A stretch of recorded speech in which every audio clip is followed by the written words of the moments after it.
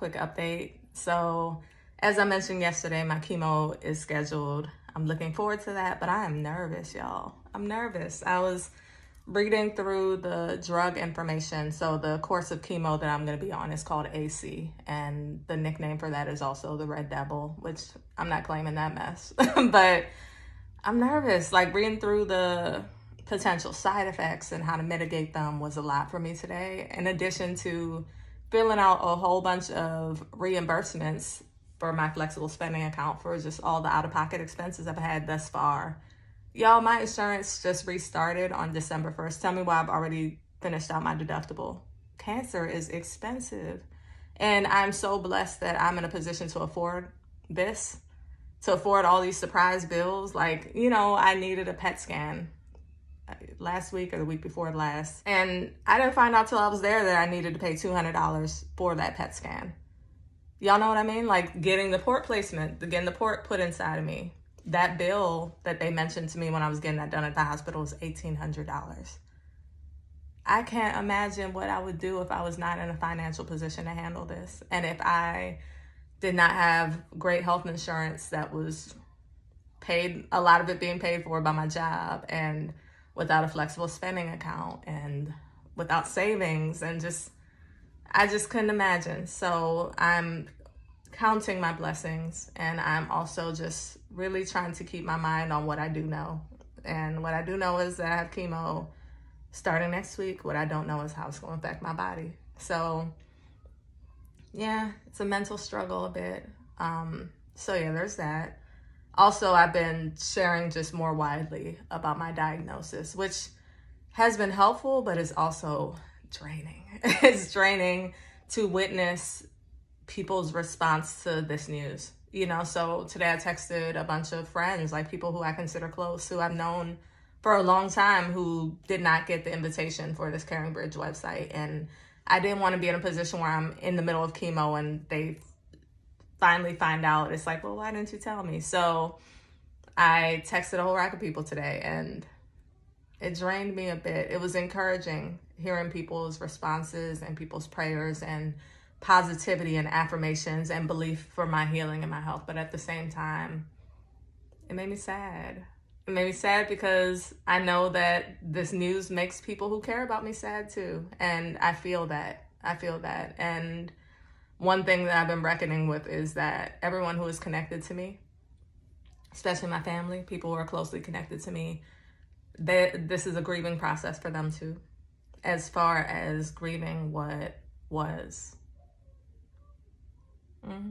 That's all I gotta say about that before I get emotional, because yeah, I've been grieving my former life. You know, the person who I was 2 months ago, you know, and I'm grateful for the person I am now. She's beautiful. I love her. I'm learning so much, but it's still a loss. It's still a loss. And I recognize that everybody who loves me is also experiencing that loss too. So that's what was on my heart to share today. I hope everybody's doing well, and I will keep you posted as I find out more. I need help as far as figuring out what to take to chemo and what to pack in my chemo bag. I was looking on YouTube, and it's a lot. There's a lot of information out there, and I don't know what I need versus what I don't need.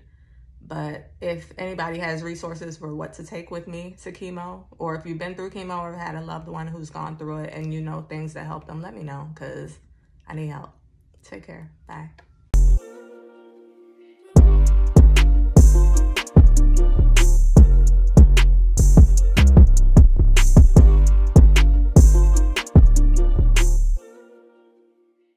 Hey y'all, how you doing?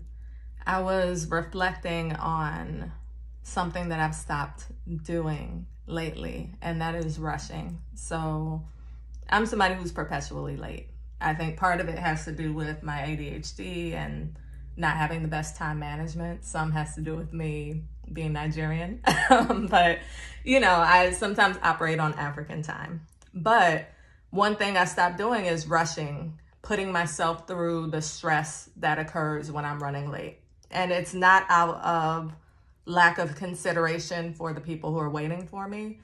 It's for consideration of myself and my nervous system and my emotions. So when I was dating my husband, he was a personal trainer at the time. And I observed with him that he rarely got stressed out about running late, because as soon as he realized he was running late, he would communicate with his client that, hey, I'm going to be 10 minutes late. Like as soon as he put an address in the GPS and it tells him that he's going to be more than, a minute late to the time that he's supposed to arrive, all he would do is shoot a text or call and say, hey, I'm running late, and remain calm the rest of the time. And I always admired that. And I realized that that's something I could do too. That as soon as I realized that I'm running late, just communicate it and stay calm.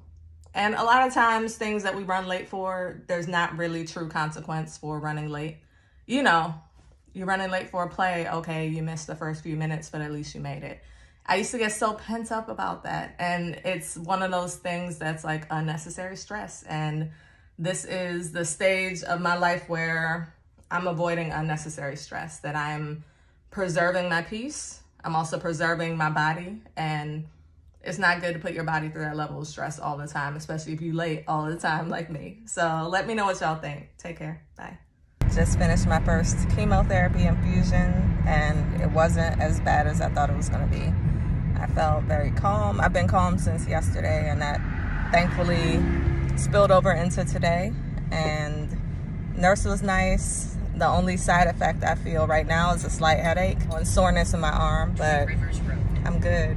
I'm good. This is the first of 10 infusions total. First round of infusions, I have 3 left.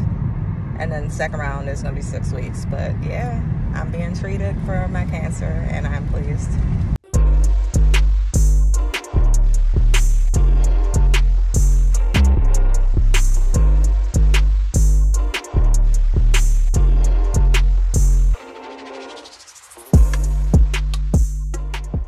Hey y'all, how you doing? I don't really feel like typing right now. I felt like talking. So that's why giving you this update via video. I'm doing well. I'm doing really well. I had my first follow-up appointment today after chemo. So my first chemo infusion was last week. I get infusions every 2 weeks right now. I'm gonna get 4 of them that are every 2 weeks. And each week in between, I go to get my blood checked, to get my port flushed, and that's what happened today. So yeah, they flushed my port. The nurse Kathy, that's my nurse, she commented that it's healing really, really well. I have a bandage on it that needs to come off. But yeah, that happened. They took my blood and then they tested my levels. And thankfully, I was really concerned, and everybody's concerned with chemo about the white blood cell count getting really, really low. I was concerned because my white blood cell count was already kind of low, or lower than what they consider the standard, which I found out that women are often lower because all those standards are based off of men's bodies, adult male bodies. But anywho, my white blood cell count went down, but not significantly so. And a perk is that usually by day 10 after the infusion, that's when people's white blood cell count skyrockets even more. So I'm in a good position with that. I feel energetic. Yesterday was the first day that fatigue just didn't kick my butt. Unfortunately, though, I had really, really bad nausea from a very greasy vegan lunch, But yeah, today I'm well. Did that appointment. My brother Mo took me, and then we went to an international grocery store, and I bought all kinds of exotic things that I'm gonna play around with this weekend. But yeah, I'm doing really well. Thank you all for continuing to check this website and check in on me. It really holds me accountable to stay in touch with people, because my natural inclination when I'm going through something hard is to withdraw and not talk to anybody. So I thank y'all for checking on me, for the gifts, for the money donations, for the meal train, DoorDash delivery, everything. Like y'all are everything. So thank you for being part of my circle. I really appreciate y'all. So yeah, it's afternoon, just ate. I'm gonna chill for a while, then probably take a nap, but take care, bye. I went to the international grocery store today and I bought a lot of cool items and I just wanted to share with y'all. First thing I got was crystallized ginger. This helped me so much last weekend after I had my first chemotherapy infusion. Just chewing on ginger. Yeah, there's sugar. Sugar's not the best for you, but the ginger hits the spot. Ginger chews for chemo nausea. This is a fruit called soursop.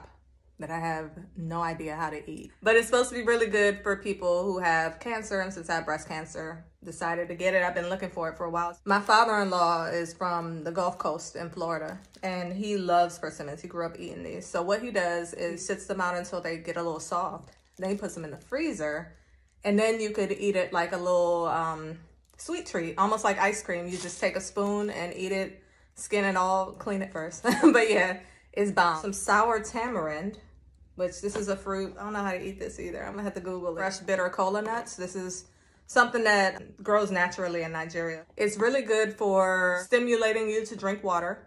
It's also good when you have stomach troubles. What you do, you peel it. You can peel off the outer side of the net with, you can peel the outer part of the net off with your, sorry, that don't sound right, y'all.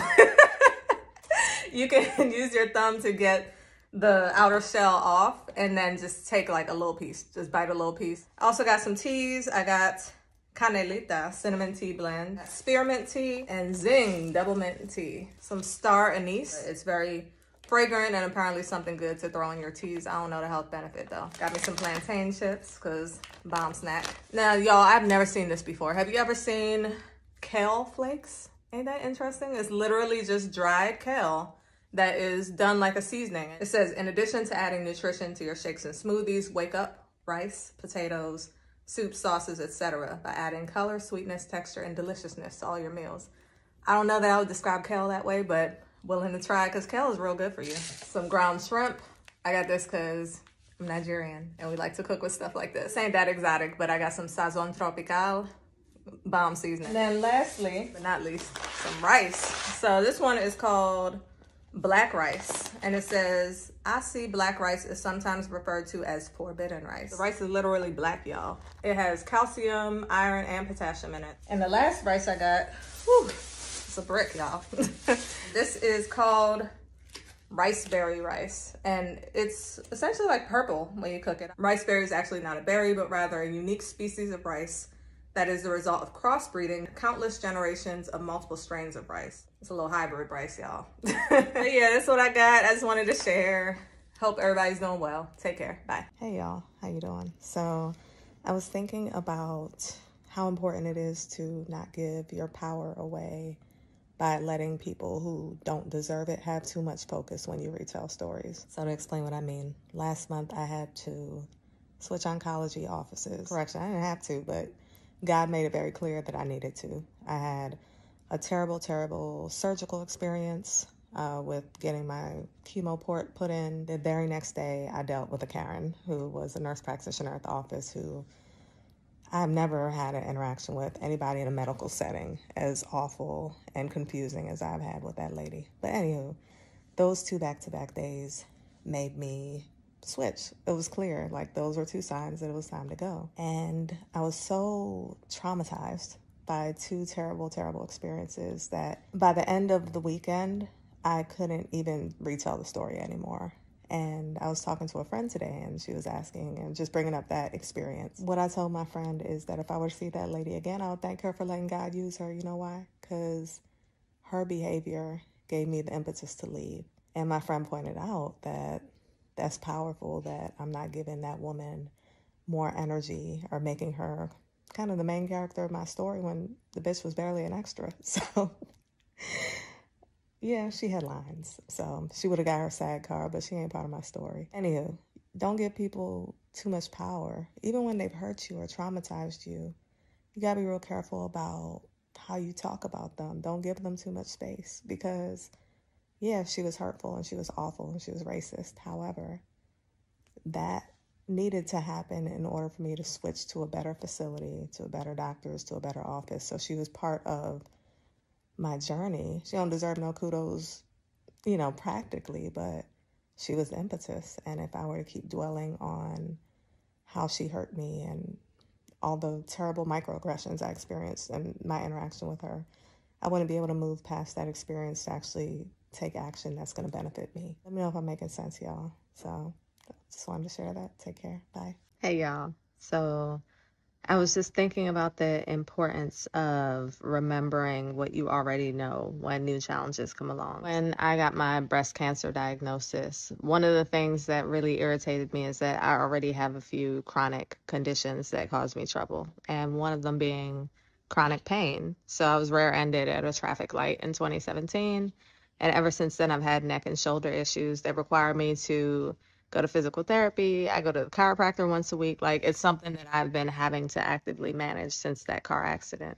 And then on top of that, to get a cancer diagnosis and to start chemotherapy, where there are all kinds of side effects that I'm experiencing. And I'm on the mild end of the spectrum, but even with that, it's troublesome to have multiple conditions at the same time. And today everything came to a head, right? I have, chemo side effects. I just had my first infusion about a week ago, and then my chronic pain flared up because of stress from chemo. I've been having back spasms for at least the last 30 hours in my lower back, and it's been very troublesome. But I remember something that my mother-in-law said to me. She reminded me when I was having a meltdown that it's important to remember the things that you already know how to manage when a new challenge comes through. Because she reminded me, you've had chronic pain all these years. You know what medications work, you know what stretches your physical therapist has told you. You have all these apparatuses at home that you can use for your pain. You know what herbal cures, you know all the things that it takes to manage this chronic pain. Now, because you have cancer doesn't mean you don't know how to manage your chronic pain anymore. And a lot of times, I've noticed in my life, it's very easy to just throw out all the past knowledge when a new challenge comes through, almost as if that past knowledge isn't going to apply to the new situation. So today, when my chronic pain flared up, and yesterday, I just did the things I know how to do. Eventually, stuff started to slow down a little bit. I went to the physical therapist. I got my back adjusted by the chiropractor. I've been doing stretches. I laid down. I've been drinking tea. I took my herb. Like, I've done everything that I can do, and it's finally starting to ease up. But if I just stayed stuck in that moment of, woe is me, I'm in pain, and just not trying any of my other techniques, I would have been assed out and still doubled over. But I'm doing all right now. I'm just hanging out, sipping my soursop tea instead of curled over because I remembered what I already knew. Hopefully that applies to somebody. Take care. Bye.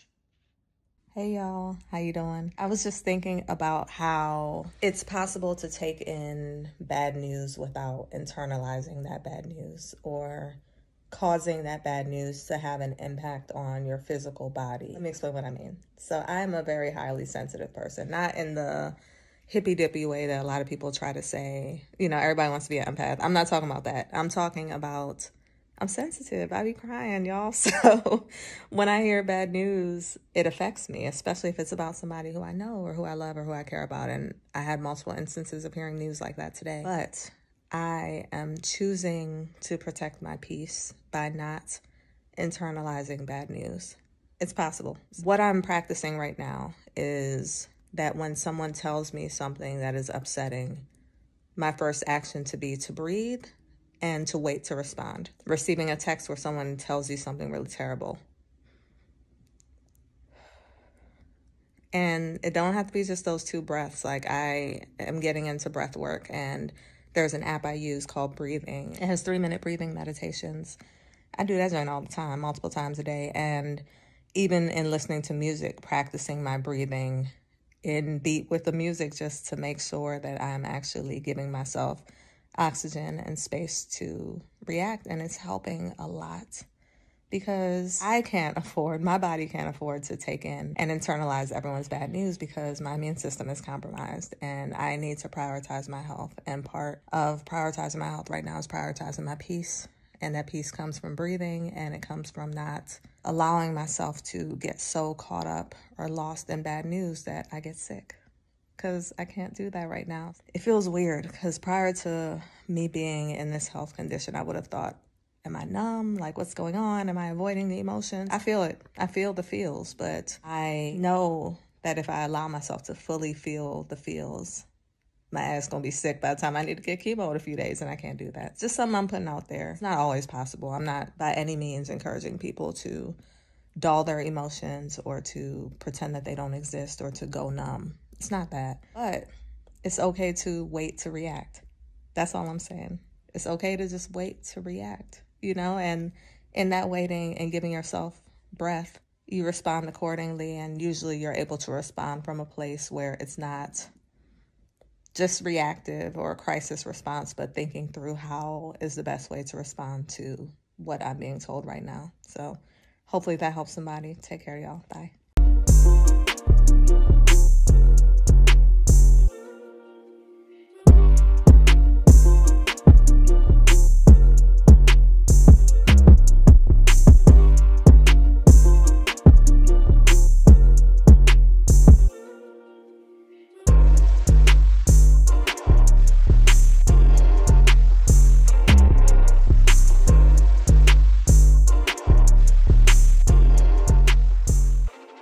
Hey y'all, how you doing? So just wanted to give you a quick update. I am doing well. This has been a week of just feeling in general really energetic, which is great.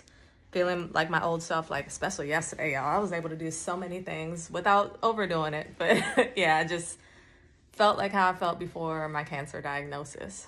Because it's one of those things that once you find out you have a disease, all of a sudden you start feeling all the things. But today is good. But I started having like GI issues around 1 a.m. And I also noticed around that time that my hair is starting to fall out. So last night I noticed eyelashes when I was removing my mascara. And then today I noticed nose hairs, a couple of eyebrow hairs. I washed my hair and each time I like lathered and looked at my hands, I had a couple of hairs in my hands. And I cried last night with the lashes because I love my lashes. I love my eyebrows, and you know, it is what it is. I was thinking about one of the plays that I've written called Black Girl, Black Pearl. And in that play, the main character, Dana, is dealing with a trauma incident. And in that trauma incident, she had to lose some hairs from her body. That's all I'll say right now. But one of the characters says to her, "Hair ain't alive, child." So I'm reminding myself, ain't it crazy how you can speak to yourself as a writer? I wrote that line like 10 years ago, and now, yeah. So, just learning to accept the new normal. I tried magnetic eyelashes today. Check them out.